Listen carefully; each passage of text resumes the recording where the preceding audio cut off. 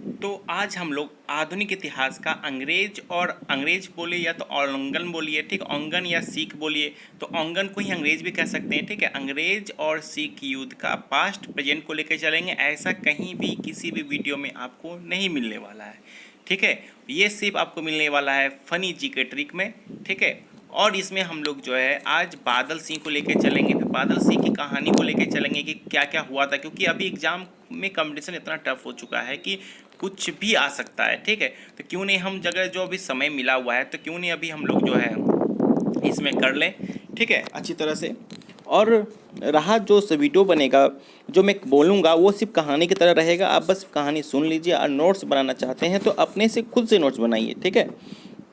अपने से नोट्स बनाइएगा तो आपको हमेशा याद रहेगा। किसी और के नोट्स पढ़िएगा तो जो नोट्स बनाने वाले को याद रहेगा, बट आपको याद करना पड़ेगा, ठीक है। तो चलिए समय न गवाते हैं, अब शुरू करते हैं।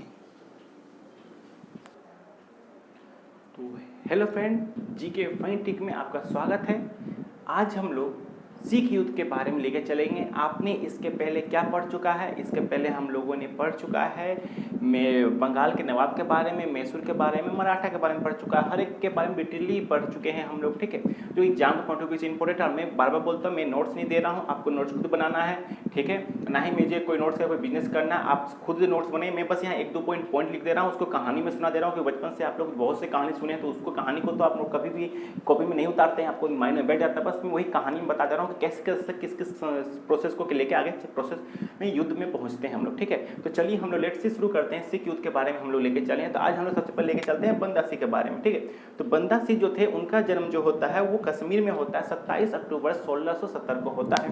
1670 में होने के बाद उन्हें पढ़ाई लिखाई में रुचि नहीं था, तो वे शिकार वगैरह कुश्ती वगैरह करते थे। तो एक दिन क्या हुआ कि जब वे शिकार कर रहे थे तो एक बार उनके बाण से गर्भवती हिरण की मृत्यु हो जाती है। तो गर्भवती हिरण की मृत्यु जब हो जाती है तो उस केस में क्या होता है कि वो बहुत नाराज होते हैं, वो उनका मन उदास हो जाता है, तो वो गृह त्याग देते हैं, घर त्याग देते हैं।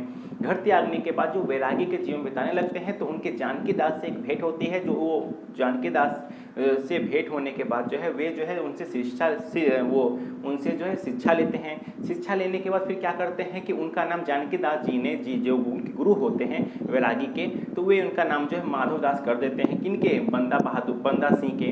उसके बाद फिर वहाँ तक रहते हैं। फिर उसके बाद जो है वे जो है गोदावरी नदी के तट पर क्या करते हैं, वहाँ पर जाके आश्रम बनाते हैं। तो फिर क्या होता है 3 सितंबर को तो क्या होता है कि 1708 में कि वहाँ गुरु गोविंद सिंह पहुँच जाते हैं। तो गुरु गोविंद सिंह कौन होते हैं? तो गुरु गोविंद सिंह जो है गुरु सिख के 10वें गुरु होते हैं। तो सिख के 10वें गुरु जब वहाँ पे पहुँच जाते हैं, वहाँ पहुँचने के बाद जब उनसे बातचीत होता है बंदा सिंह से और गुरु गोविंद सिंह का, तो वो गुरु गोविंद सिंह को जो अपने बारे में बताते हैं कि मैं इतना शक्तिशाली था, ऐसे बात ने आप प्रशंसा किए। तो प्रशंसा होने के बाद गुरु गोविंद सिंह ने बोला ठीक है, आज से आपका नाम बंदा सिंह बहादुर हो जाएगा। तो याद रखिए एग्जाम में अगर पूछे बंदा सिंह बहादुर का नाम किसने दिया था, तो गुरु गोविंद सिंह ने दिया था। तो फिर माधव दास का नाम किसने दिया था, तो जानकी दास ने दिया था। तो वे उनके कौन से गुरु थे? वे वैरागी जीवन बिताने का वो शिष्य बने हुए थे उनसे। उसके बाद फिर क्या होता है कि फिर उनका जन्म के बारे में पता चल गया। यहाँ तक टॉपिक खत्म हो गया हम लोगों का, ठीक है। उसके बाद फिर क्या होता है, एक क्या बोलता है, गुलाम खान नामक एक पठान आता है जो कि गुरु गोविंद सिंह की हत्या कर देता है। हत्या तब करता है जब बंदा सिंह बहादुर जब रवाना होते हैं पंजाब की तरफ, क्योंकि गुरु गोविंद सिंह उनके पास एक खत रहते हैं, एक हुकूमतनामा लेके पंजाब भेज देते हैं, ताकि उसमें लिखा हुआ रहता है कि आज से आपका नैतिक कर्ता यही करेंगे।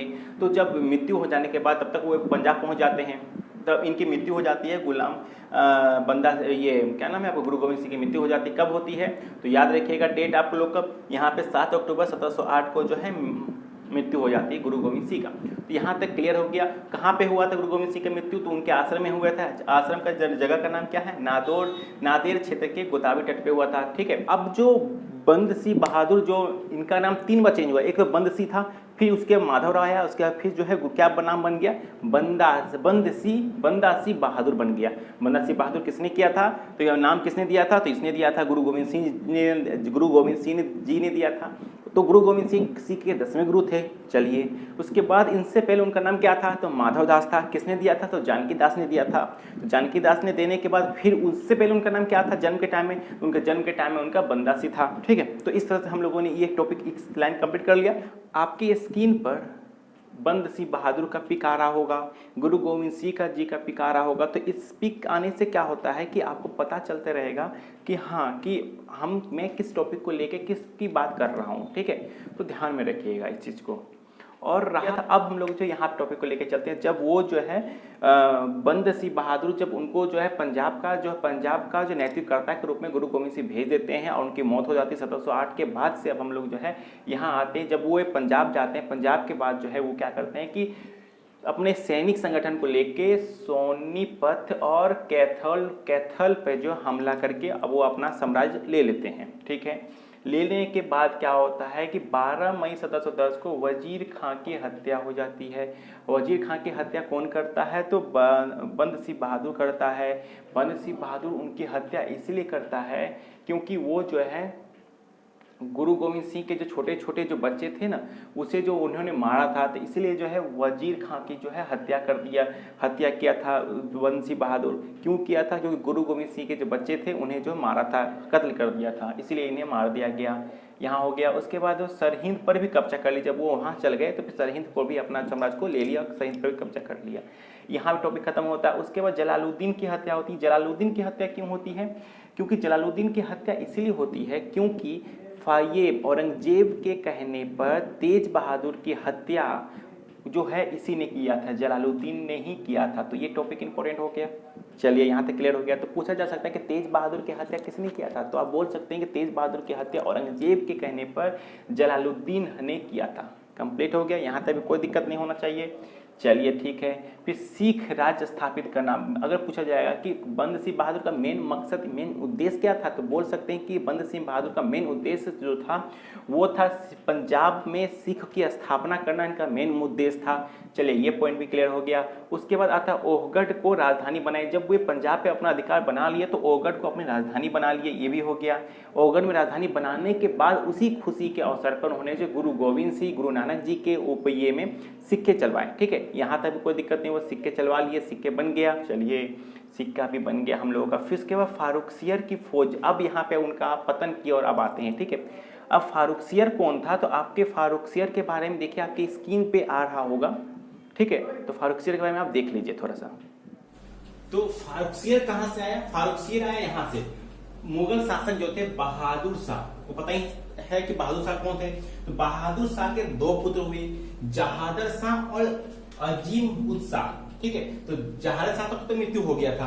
अजीम उद शाह फिर मुगल शासक को ये संभालते। अजीम उद शाह फिर ये भी ज्यादा नहीं टिकने के बाद जो फारुखसियर आता है उस गद्दी पर बैठता है। तो फारुखसियर पता चल गया कि फारुखसियर किस तरह से है, क्योंकि अधिकतर आप किताब बुक में अगर पढ़िएगा तो आपको डायरेक्ट फारुखसियर आ जाएगा। फारुखसियर आया कहाँ से? तो आपको यहाँ से मिल जाएगा, ठीक है। फारुखसियर कहाँ से आया? मुगल शासक जो थे बहादुर शाह, बहादुर शाह का दो पुत्र था, जहादर शाह और अजीम उद शाह था, ठीक है। अजीम उद शाह का पुत्र आया फारुखसियर, ठीक है।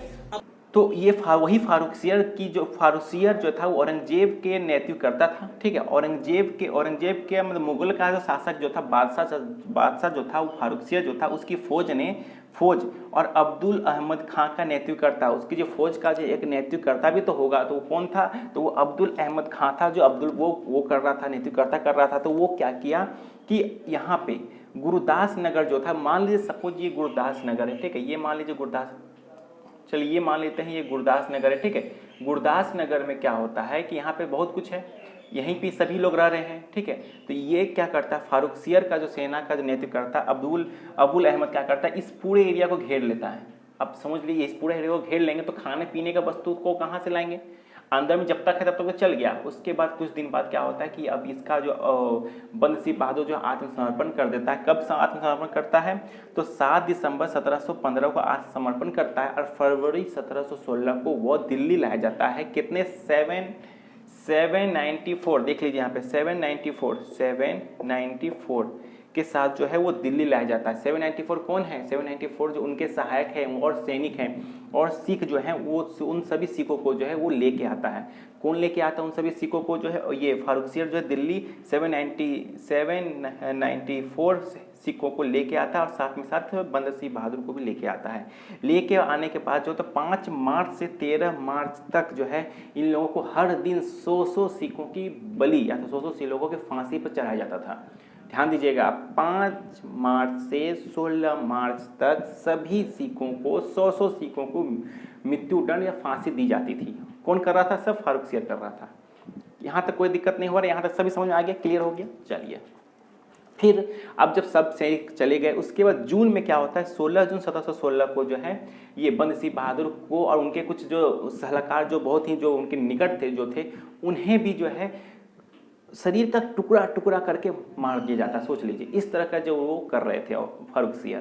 तो यहाँ तक जो बंद सिंह बहादुर खत्म हो जाते हैं। तो बंद सिंह बहादुर खत्म होने मरने के बाद जो है से पहले उन्होंने बहुत अच्छे अच्छे काम किए थे, जैसे कि एक गुट में लाए सभी को, सिखों की स्थापना की पंजाब में। फिर जो गुलाम थे गुलाम को आज़ाद किए, जमींदारी प्रथा को भी मुक्त कर दिया था, बहुत से अच्छे काम किए थे। ठीक है, तो एग्जाम के पॉइंट ऑफ व्यू जो इंपॉर्टेंट मैं इतना लिख दिया हूँ। ठीक है, इसके बाद आप चलेगा कि बंद सिंह बहादुर के बाद आपका प्रोसेस को अब मैं लेके चलूंगा। ठीक है, इस टॉपिक में लेके चलते हैं। ठीक है, चलिए। और अगर हाँ अच्छा लग रहा हो तो लाइक और शेयर और सब्सक्राइब जब करते हैं तो बेल आइकन जरूर आता है, उस बेल आइकन को ऑल के बटन को दबाइएगा, तो फिर आपको मैं जो भी वीडियो बना के दे दूंगा आपको मिलता रहेगा। ठीक है, और याद रखिए फॉर्म भरा चुका है, एग्जाम जरूर होगा, ग्रुप डी एनटीपीसी का एग्जाम यही लास्ट होने वाला है।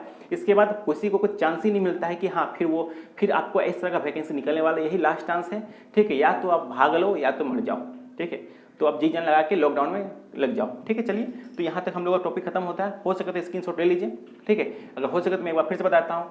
ठीक है, जब बंद सिंह बहादुर जब हैं, बंद सिंह बहादुर जब सेनापति, वो पंजाब के सेनापति या तो मुख्य नेतृत्वकर्ता बन जाते हैं, तो वो जो है सेनापति और कैथोड पर हमला करते हैं। हमला करने के बाद वो जीत जाते हैं। फिर वजीर खां को मार देते हैं 1710 में। क्यों मारते हैं? क्योंकि ये जो है ये गुरु गोविंद सिंह के जो बेटे थे उन्हें उन्हें हत्या कर देते हैं, इसलिए ये जो है बंद सिंह बहादुर जो इन्हें मार देते हैं। उसके बाद सरदार पर भी सरहिंद पर भी कब्जा कर लेते हैं। उसके बाद जलालुद्दीन की हत्या होती। जलालुद्दीन की हत्या इसलिए होती है क्योंकि औरंगजेब के कहने पर तेज बहादुर की हत्या जलालुद्दीन ने किया था, इसलिए इसे भी मार दिया जाता है। फिर सिख राज की स्थापना होती है क्योंकि बंद सिंह बहादुर का मेन उद्देश्य जो सिख की स्थापना करना होता है।